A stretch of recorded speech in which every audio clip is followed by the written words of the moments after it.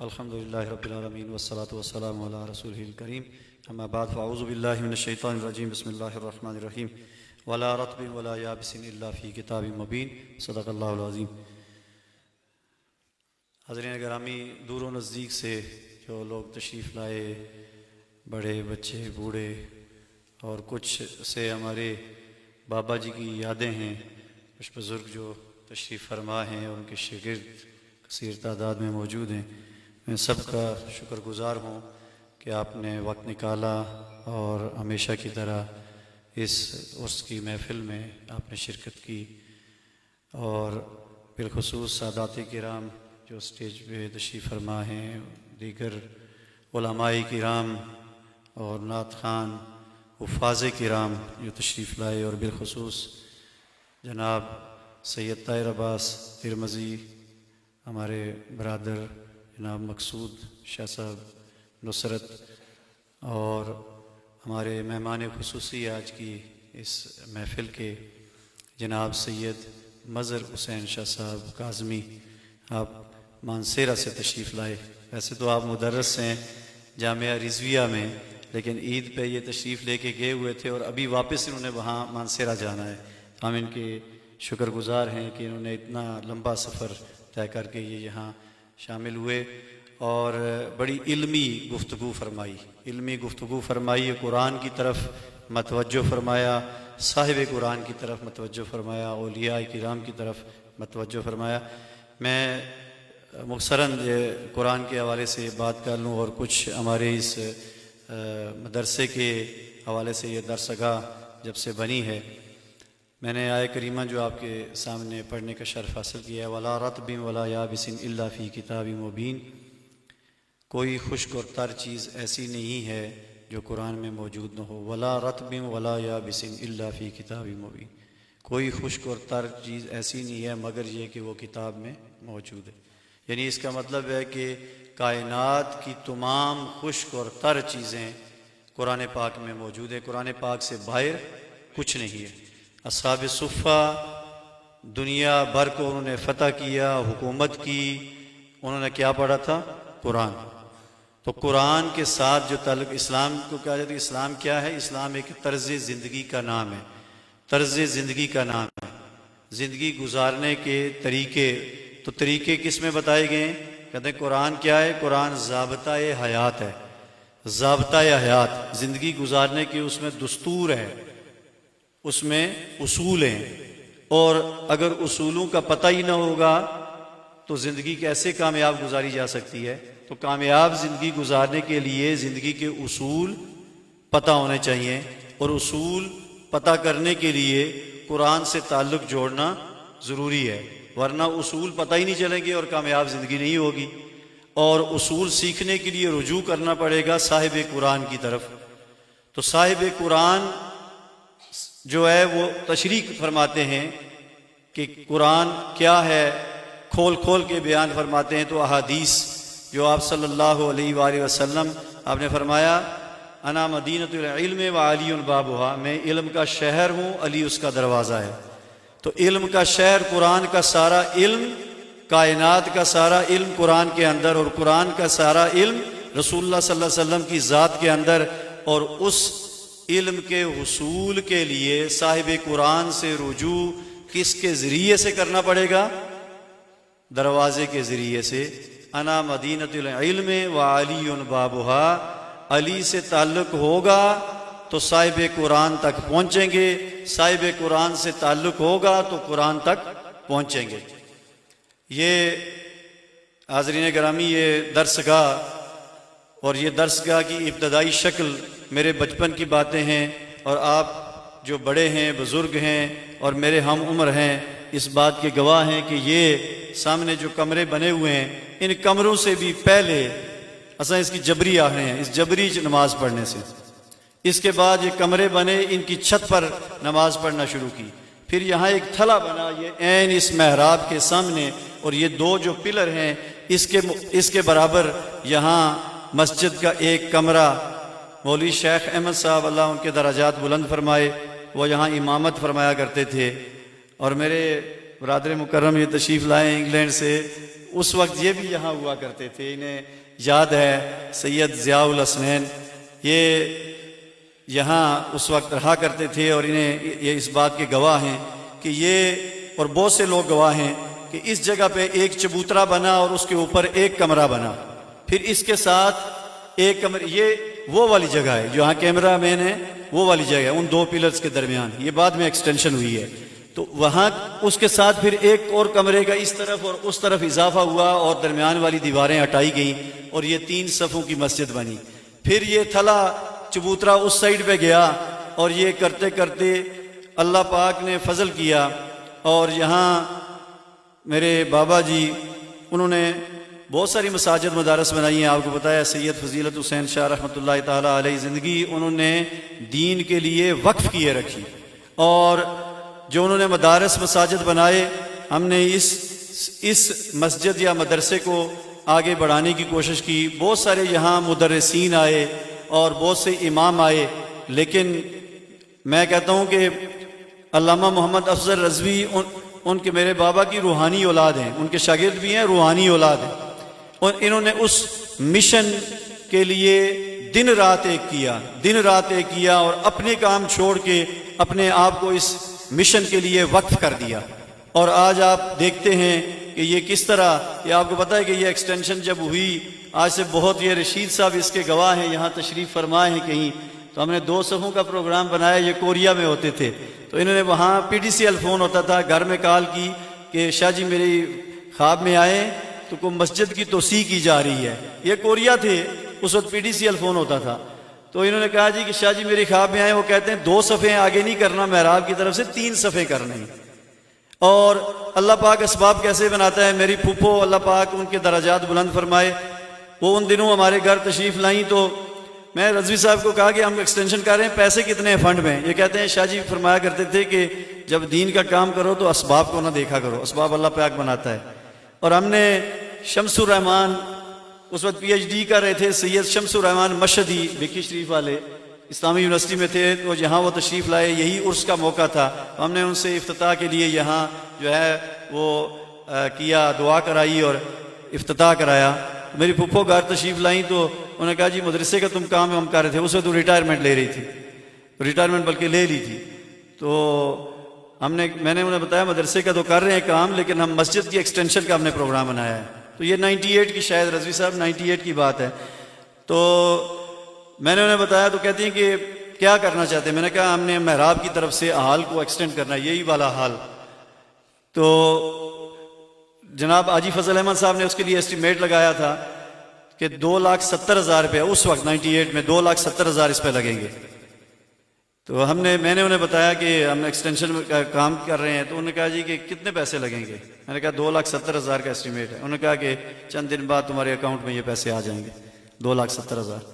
ہمارا دل کھل گیا. ہم نے پھر اس کو مکمل نہیں کیا، ہم نے 2 ہال بنا دیے. لیکن رضوی صاحب کو اس کا کریڈٹ جاتا ہے کہ انہوں نے اپنی زندگی اس مشن کے لیے وقف کیے ہوئے ہیں یہ.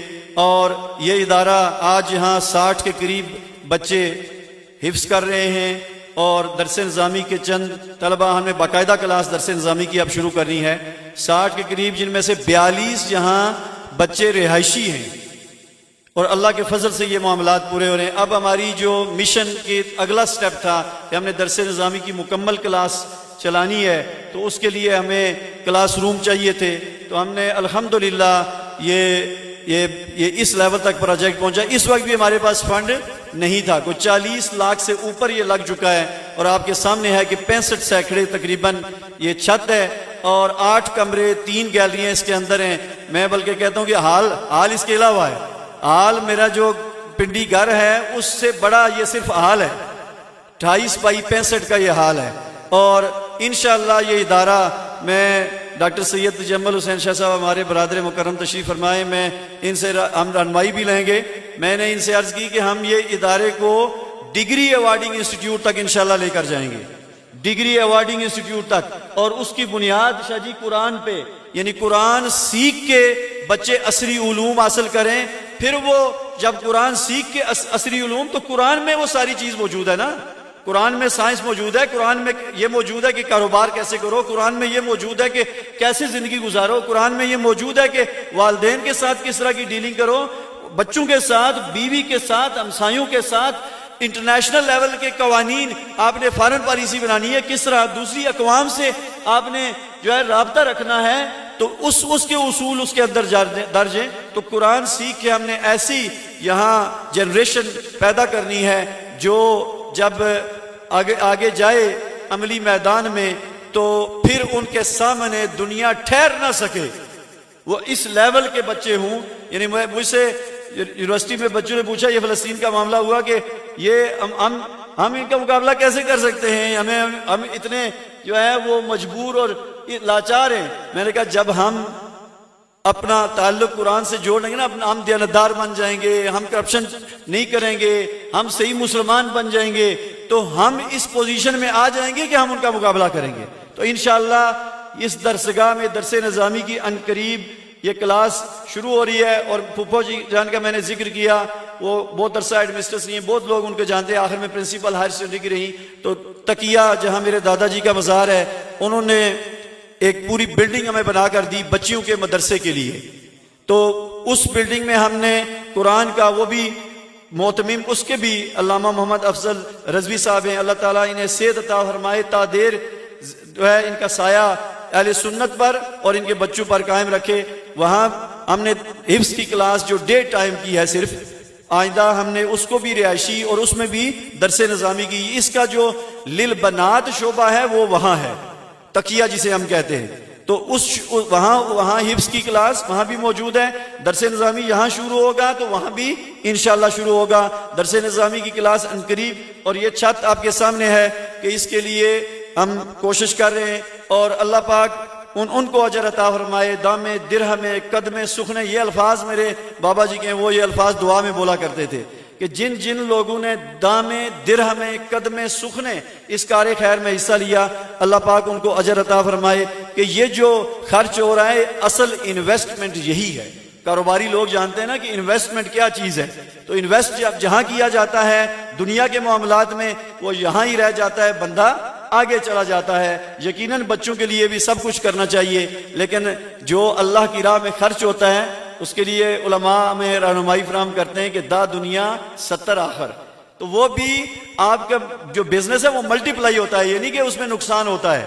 جو خرچ کرتا ہے اس کا کاروبار بھی ملٹی پلائی ہوتا ہے۔ تو یہ جو انویسٹمنٹ ہے دین کے معاملے میں، یہاں جو بچے پڑھ رہے ہیں، اور پھر شاہ جی نے جو فرمایا تھا نا کہ اچھے بچے دین کے لیے وقف کرے، وہ دو لوگوں سے پیچھے نہیں جائیں گے۔ ہم انہیں کوئی ٹپیکل مولوی بنانے کے لیے یہاں نہیں بلا رہے، وہ دین کا علم حاصل کریں گے، ساتھ یونیورسٹیوں میں انشاءاللہ ایجوکیشن حاصل کریں گے اور اپنے معاملات خود چلائیں گے، لیکن جس شعبے میں وہ جائیں گے انشاءاللہ وہاں دیانتداری ہوگی، وہاں کرپشن نہیں ہوگی، اور ایسی ان کی تربیت، چونکہ یہ تربیت کی مرکز ہے، تربیت کا مرکز ہے۔